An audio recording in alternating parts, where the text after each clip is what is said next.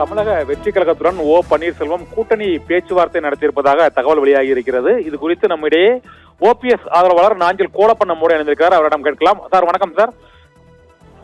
வணக்கம் வணக்கம் வணக்கம் கோலப்பன் சார் வணக்கம் சார்.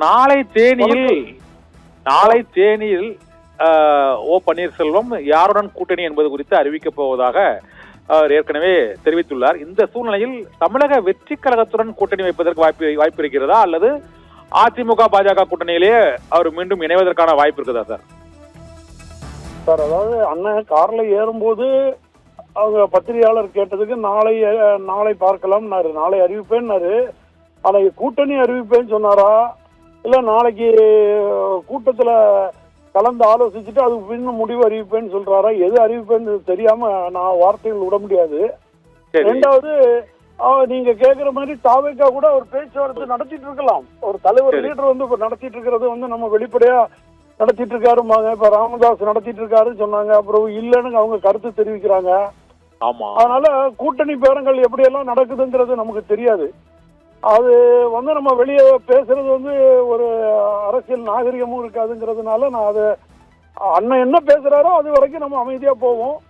நீங்க கேட்ட அடுத்த கேள்வி, அவர் வந்து அதிமுகவோட பயணிப்பாரா என்டிஏவோட பயணிப்பாரானா, என்டிஏ கூட அவர் பயணிக்க வேண்டிய அவசியமே கிடையாது. அதனால அவர் அதிமுகல மனம் திரும்பி அண்ணா சொன்னது போல் தம்பிக்கு மனமாற்றம் தான் நமக்கு தேவைன்னு சொன்னது போல எந்த ஒரு நிலைமையிலையும் நம்ம வந்து மனம் மாற்றி அவர் அண்ணா எடப்பாடி பழனிசாமி அவர்கள் மனம் மாறி வந்து அண்ணன் ஓபிஎஸ் அவர்களை மீண்டும் ஒருங்கிணைப்பாளர் பதவியை வச்சே நம்ம வந்து அரசியல் நடத்தலாம்னு மனம் மாறி வந்தால் அதிமுகவிலேயே அதுல எந்த ஆட்சேபனையும் இல்லை. அது எங்களுடைய உரிமை போராட்டமே. அதான பொதுச் செயலாளர்ங்கிறத ஒருங்கிணைப்பாளர்ங்கிறத கொண்டு வாங்க. இல்ல அந்த பொதுச் செயலாளர்ங்கிற அங்கீகாரம் நம்ம சட்டத்திட்ட விதிகளை மாத்துறது தவறு. இதுதானே அண்ணன் நடத்துற சட்ட போராட்டம் ஒழிய எடப்பாடி பழனிசாமி எங்கேயா முதல்வராக வேண்டாம்னு ஒன்னும் அவரோடு சொல்லவே இல்லையா.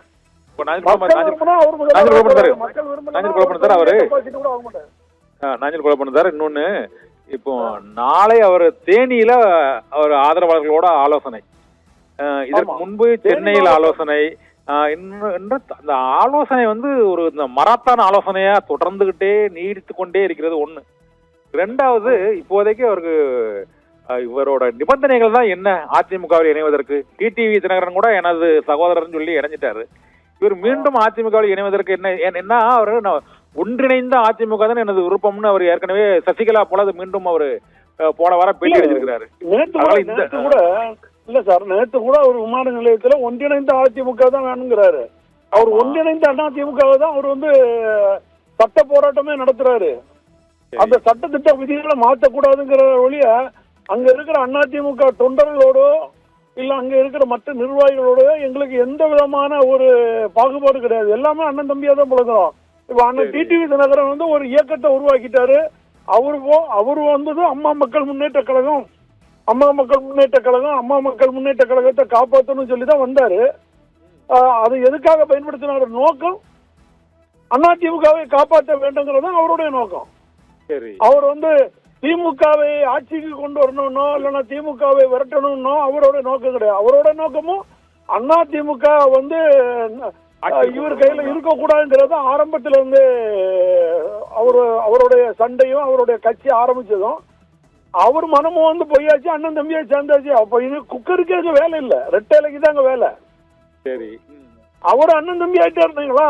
அவர் அதிமுகவோட துணை பொதுச் செயலாளராக இருந்தவர். அவருக்கும் ஒரு துணை பொதுச் செயலாளர் பதவியை கொடுக்கலாம் அண்ணன் எடப்பாடி பழனிசாமி.